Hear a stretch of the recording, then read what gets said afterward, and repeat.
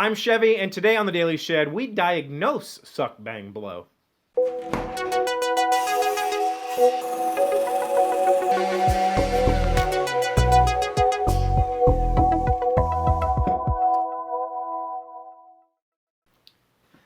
Hello, friends. It's Workshop Wednesday. Welcome to the Shed. Last Wednesday, we discussed the principles of suck, bang, blow. Now, I told you suck, bang, blow was a euphemism for the 4 strokes of a normal gas-powered combustion engine: intake, compression, power, and exhaust. And I reduced it to 3: suck, bang, blow. I combined the compression and power stroke into just bang. So you could say suck, squeeze, bang, blow, if you want to be a little dirtier. And that works. But for the purpose of going forward with diagnosing the common issues, I combined compression and power because they're kind of the same thing in terms of what's going on with your engine. Now, I did tell you that the inspiration for this came from me having to fix a few problems with my truck. And keep in mind that everything I'm about to tell you, while is accurate, there are always contradictions and there are always exceptions to everything I'm about to say. So this is an extremely generalized overview of what could be wrong with your gasoline-powered 4-stroke engine.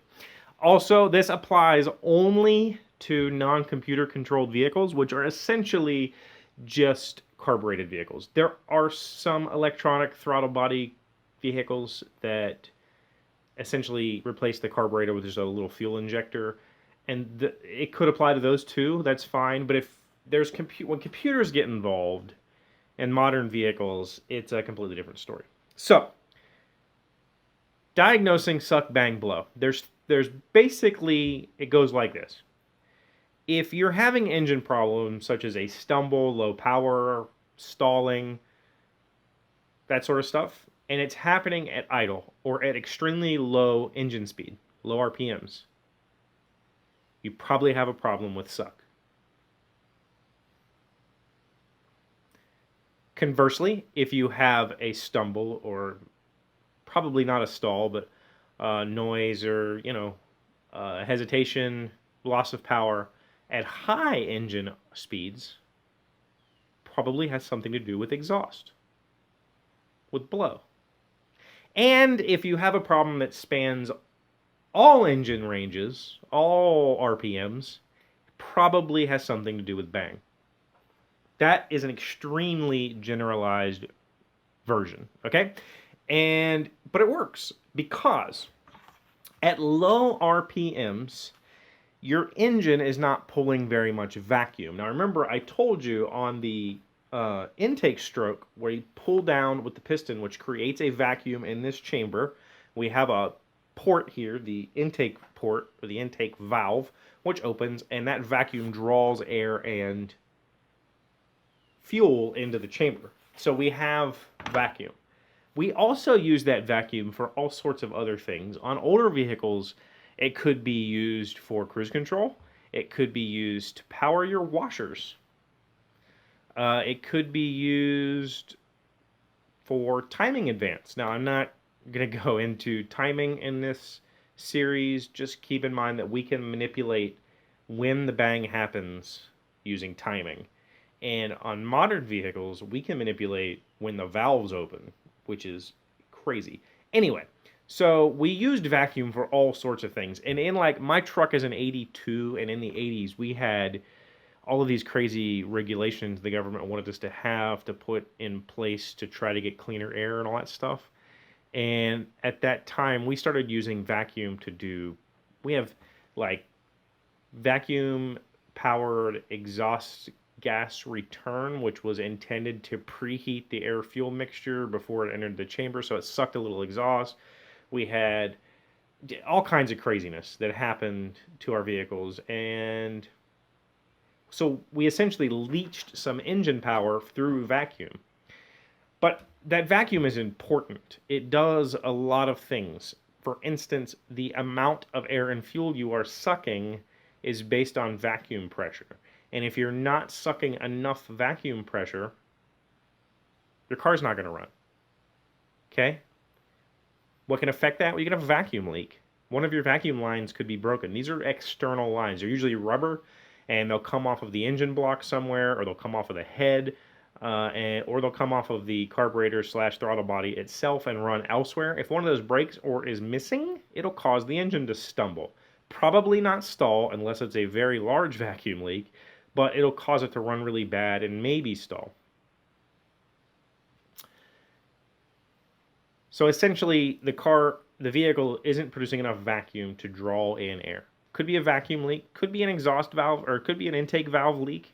You could have bad valve seats. The intakes are metal mushrooms, they look like, and they just move up and down, and they sit on this little seat. They close, and if those get gummed up with, say you've got bad fuel that's gumming up the intake valves, it could cause a loss of vacuum pressure in all of your cylinders, which will cause all kinds of problems. Okay, if you're having a problem with bang, okay, hold on. And that's only going to happen, that's usually going to happen at low RPMs. It can happen at high RPMs as well, but as the engine RPMs increase, vacuum's naturally going to go up. Okay, and we can use a vacuum gauge to watch that happen. It's just something you plug into your port, and it's a little analog gauge, and we can see if we're losing vacuum. Now, bang, the reason bang is going to happen over the whole range is because it's either their air fuel mixture is wrong.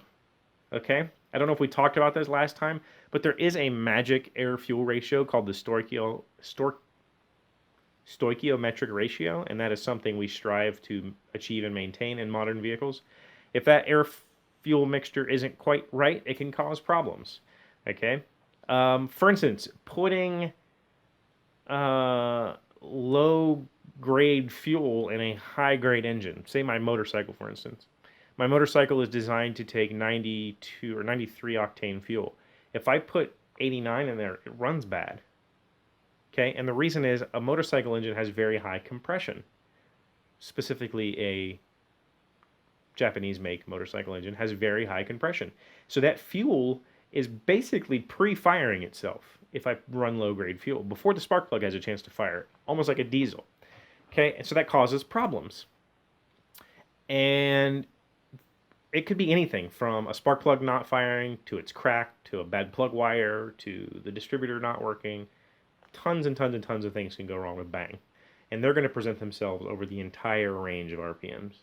Okay, again, there are things that contradict everything I'm telling you right now. This is just an extremely general overview.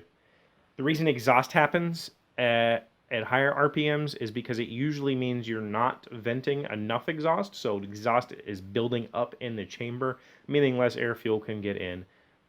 Problem, okay? And of course, that's going to happen more at higher RPMs because there's going to be more exhaust gases. It's firing more. Duh. The other problem could be an exhaust leak of an exhaust valve, but that's usually going to present itself as a bang issue because you're not having proper compression. So, why am I telling you all this? My truck has had 2 vacuum leaks in the past 2 months, and they've been due to hoses. One of them, whoever owned the truck before me, didn't use a proper vacuum line. They used just a general purpose rubber hose, and the fuel vapor makes that hose swell. It's not petroleum proof. It's not a proper vacuum line. The hose swelled, fell off. Now the vehicle starts stalling when I come to a stop. It's a vacuum leak. I know that. I open the hood. I find the line. I fix it. Same exact thing happened. This time, though, it happened to my vacuum advance. Remember I was telling you about advanced timing?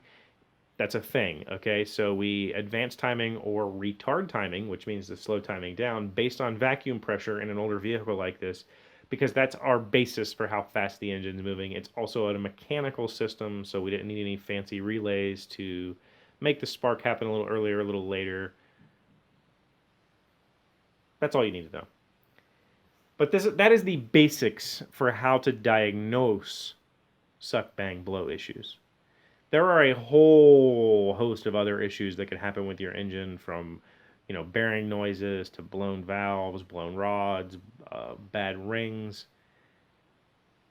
a lot of those things, like I just said, bad rings. Bad rings are the piston moves up and down inside a cylinder and it has a ring on it that seals it in place.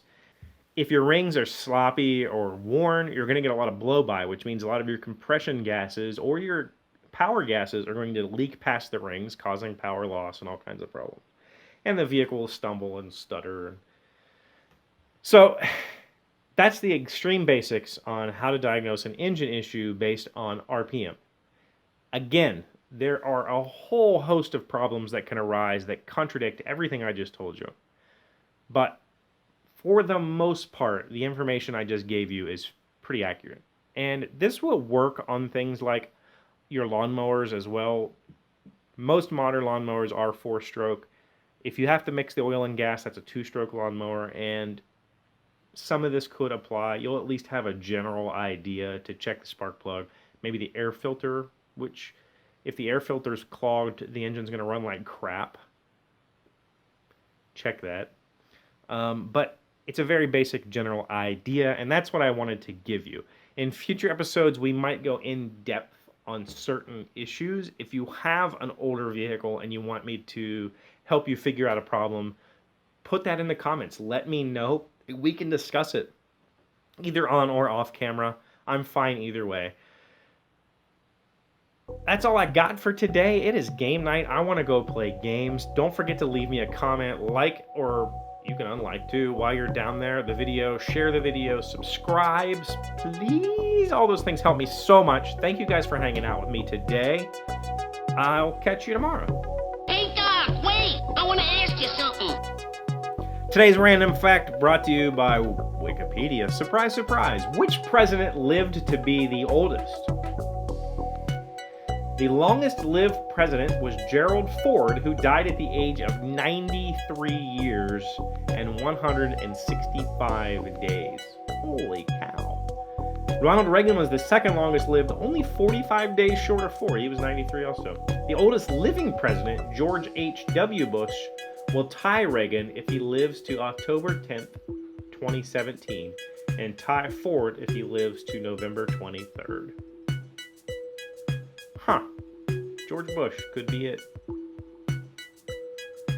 We'll see.